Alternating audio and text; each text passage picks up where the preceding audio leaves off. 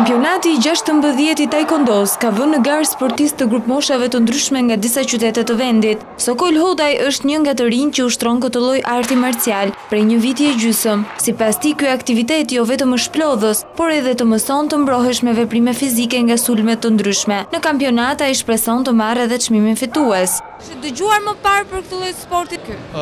E mora vesh nga disa shokë, më thanë disa shokë është hapur një sport, kështu dhe taekwondo. Dhe thash do e provoj, pse jo? Më pëlqen, ka teknikën e këmbëve, dy luftimet, teknikën e duarve dhe më pëlqen, e kam pasion.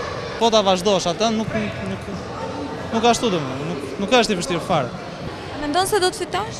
Shpresat e kemi dhe kështu themi, do fitoj. Në këtë kampionat marrin pjesë 12 ekipe, të cilët do të ndahen në 5 kategori. Sipas drejtorit teknik të Federatës Shqiptare të Taekwondos, fituesit do të udhtojnë drejt Kanadas për të marrë pjesë në kampionatin botror. Ajo që kemi ne më dëshirë, domethënë, është për të nxjerrë edhe një herë tjetër një kampion bote, por domethënë distanca është çike e largë sepse bëhet në Kanada.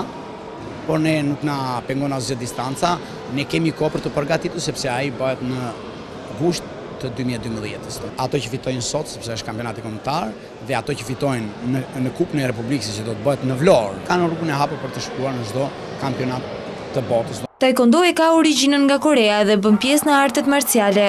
Sot ky lloj sporti ka gjetur një përhapje të gjerë në botë dhe është pjesë e lojrave olimpike.